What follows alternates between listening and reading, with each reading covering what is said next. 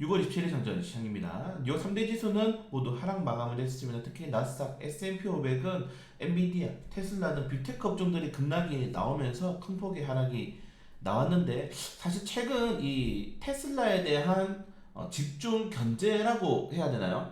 지금 골드만삭스, 뱅크 오브 아메리카, 바클레이즈 등 증권사들이 테슬라에 대한 목표가 그리고 전망치를 계속적으로 하향 조정하고 있습니다. 저는 이것이 지지난주에 나왔던 이 테슬라 공매도 이슈랑 연관이 될 수밖에 없다라고 생각이 돼요.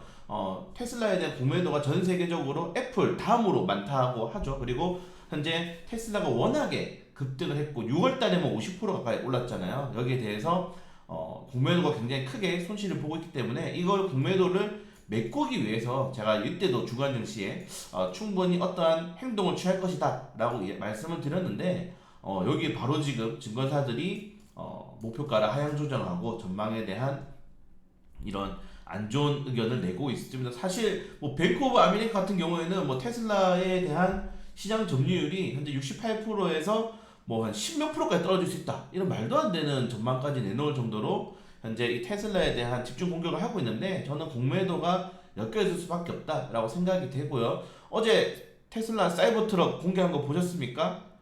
여러분들 그런 차를 안 사고 100이겠어요? 네, 그래서 저는 오히려 주가가 오를 줄 알았는데 6%대 하락이 나왔더라고요. 아마 공매도에 대한 그런 움직임이 분명히 있었을 것이다 라고 좀 저는 개인적으로 생각하기 때문에 조금 더 지켜볼 필요가 있을 것 같다. 원래 테슬라 걱정과 연예인 걱정을 하는 게 아니다 라는 것들이 뭐 우스갯소리에 있는 만큼 좀 추가적으로 지켜봐야 될 필요가 있을 것 같다. 2분기에 대한 실적이 가장 중요해지는 시즌이 아닌가 싶습니다.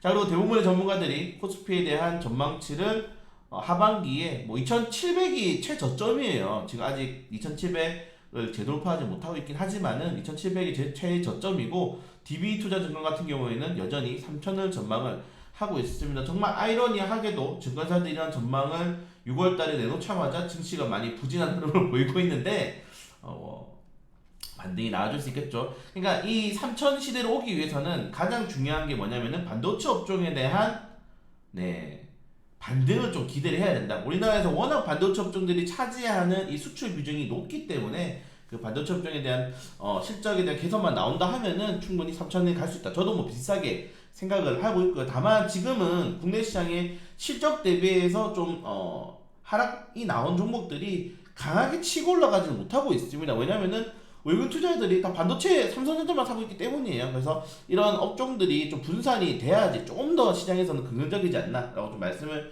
드리고 싶고 보시는 것처럼 대부분의 전문가들이 2분기에는 좀 실적이 기업들이 좋지 않다가 3분기부터는 반등이 나올 거다. 그래서 2022년도랑 조금 맞춰질 것이다 라고 이야기를 하고 있고 제가 계속적으로 최근에 말씀드리고 있는 게 자 그러면은 좀 실적이 좋은 업종들은 어떤 게 있느냐. 그러니까 식료품 업종들이죠.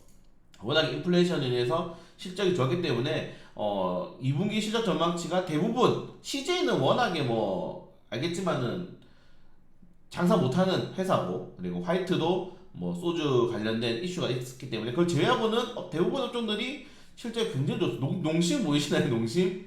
네, 라면값 인상했다고 이렇게 크게 실적에 대한 상승이 지금 기대가 되는 기업들이 많고 그리고 석유화학, 석유화학 기업들도 대부분의 기업들이 이 흑자 전환 조금 영업이 기대를 하고 있죠. 뭐 전체적으로 이게 뭐 크게 올라가진 않았지만은 특히 LG화학이라든가 포스코 그룹주들 시장을 주도하는 업종들이 많이 올랐다는 거는 나쁘지 않게 좀 보시면 될 것 같습니다. 그리고 자동차 업종들도 3분기의 실적이 굉장히 좀 2분기, 3분기 실적이 기대가 된다. 자, 그러면 실적이 좀 부진하지만은 이제 턴어라운드를 할 수 있는 기대 종목들은 역시나 이 반도체 업종들이죠. 다만 반도체 업종들 같은 경우에는 3분기, 4분기 영업에 대한 전망치가 그래도 반등이 나올 수 있다. 이 보시면은 3개월, 6개월 전만 하더라도 실적에 대한 전망치가 크게 하향되었다가 이제는 좀 돌릴 수 있지 않을까라는 기대감들이 나오고 있습니다. 그래서 반도체 업종들만 상승이 나와준다면은 코스피 3천이 충분히 가능하다라고 전문가들이 보고 있고 여기에 대해서 또 조선 업종들도 업종들에 대한 반등이 나오고 있고 그리고 해외로 이 시선을 돌린 이 건설기계 업종들도 좀 영업이익률이 올라가고 있는 모습들 이렇게 된다면은 전체적으로 지금 실적이 나오는 업종들이 지수를 받쳐주고 그리고 반도체라든가 다른 이 실적이 턴어라운드 되는 종목들이 추가적으로 상승만 나와준다면은 여기에 대해서 3천도 충분히 가능하다. 여기에 대해서 뭐 저는 그렇게 생각을 합니다. 3천이 가능하다고 생각되는데 물론 변수는 많습니다. 뭐 경제지표 이슈도 있고요. 그리고 뭐 여전히 러시아 우크라이나에 대한 전쟁 리스크도 있고 미국의 뭐 금리 리스크도 있고 추가적으로 미국이 금리를 올리게 된다면은 당연히 우리나라 따라 올려야 되기 때문에 뭐 이런 것들이 시장에 내포되어 있지만은 그럼에도 불구하고 제가 생각하기에는 정말 최악의 상황 좀 지나가지 않았나 이 정도까지 좀 생각하시면 될 것 같고 그 후에 변수들은 여전히 다만 복잡한 관계를 가지고 있다 이렇게 말씀을 드리고 싶습니다. 왜냐면은 상반기 때 저를 포함해서 대부분의 주식을 하시는 분들이 어렵다라고 생각했는데 너무 많이 올랐잖아요. 지수가 너무 많이 올랐고 거기에 대해서 아직도 그 리스크들이 해소되지 못했단 말이에요. 그 해소되지 못한 리스크들이 시장에 어떤 식으로 하반기에도 영향을 미칠지는 우리가 그때그때 좀 대응을 해야 되지 않나. 정말 전망이 한 치 앞도 예상하기 힘든 시장이다. 네, 정말 시장이 어렵다라고 좀 이렇게 말씀을 드리고 싶습니다. 그 제외하고는 좀 재밌는 이슈가 미국인 5명 중에 2명이 바이든, 트럼프 둘 다 싫다. 그리고 이 사람들의 건강이 걱정된다. 뭐 나이가 어마어마하잖아요. 둘이 합치면 거의 뭐 70대 후반인데 그래서 나이도 좀 많이 걱정된다. 미국이 어쩌다 이렇게 늙어버렸냐 걱정을 좀 많이 하고 있다고 하더라고요. 그래서 아마 내년 대선도 이 두 분이 싸울 확률이 매우 높은데 전 세계 1장이죠.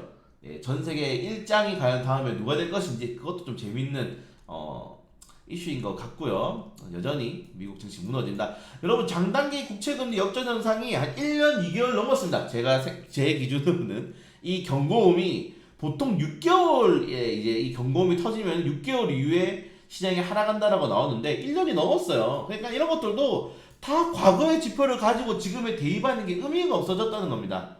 네, 이 정도까지 좀 말씀드리고 싶고요. 네, 그걸 제외하고 또 이제 큰 이슈가 2분기 기업 수익이 팬데믹 이래 최악의 감소가 나올 것이다. 이런 것들도 시장에서는 부담을 줄 수 있는 이슈이기 때문에 좀 증시가 단기적으로 조정이 나오지 않았나 이렇게 좀 생각이 됩니다. 그래서 요거 아시는 것처럼 이 뉴증시 업종인데 이 빅테크 업종들이 오늘은 다 단기적으로 조정이 나왔고 소비재 업종들, 뭐 건설 기계 업종들, 에너지 업종들 이런 종목들이 좀 많이 올랐죠. 헬스케어 업종들. 그러니까 경기 민감주들이 좀 많이 오를 때는 빅테크 업종들이 주저앉을 수밖에 없습니다. 상반되는 업종이기 때문에 오늘은 빅테크 업종들 좀 주저앉았다는 점들 좀 체크하시면 될 거고 이 업종들 어차피 같이 가기 때문에 동반 이렇게 하락이 나왔다는 점들도 좀 재밌는 이슈다 이렇게 생각하시면 될 것 같아요.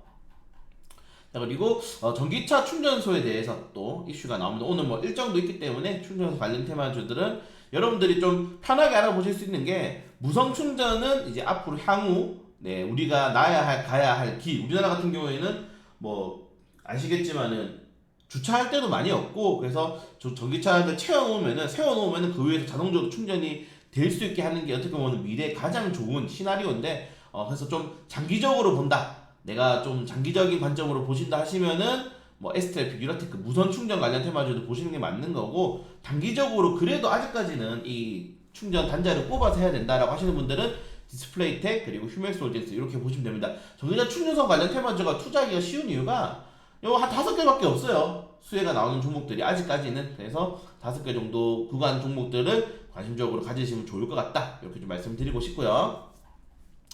개별적인 이슈들 다시 보시면 좋을 것 같습니다. 오늘 개별적인 이슈들 이 정도까지 있다는 점들.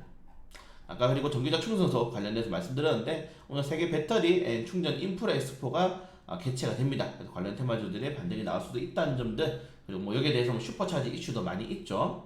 이 정도까지 보시면 될 것 같아요. 위에 보시면은 중국 관련된 뭐 이슈가 있어가지고 짧게 자꾸 너무 뭐 재미로 이야기를 하는 거라서 중국이 애국주의 교육법을 추진한다. 조국 통일 중화민족 이거 이제 최근에 중국 MZ 세대라고 하죠. 중국 MZ 세대들이 한국을 가장 싫어한다고 합니다. 그 이유가 뭐냐고 이제 좀 체크를 해보니까 우리나라가 너무 많이 올랐잖아요. 최근에 K-팝이라든가 이런 것들로 그래서 달라진 위상을 적응하지 못한다. 원래 뭐 중앙아시아, 뭐 중국 같은 경우에는 그리고 동아시아 같은 경우에는 다 이제 중국이 어떻게 보면은 중심에 있다. 아시아의 중심이다라고 했는데 한국이 워낙 지위가 높아지니까 이런 것들을 중국의 젊은이들이 받아들이지 못하고 우리나라 물품이 안 팔린다 그러죠. 지금 삼성 갤럭시가 안 팔려요. 우리나라 자동차랑.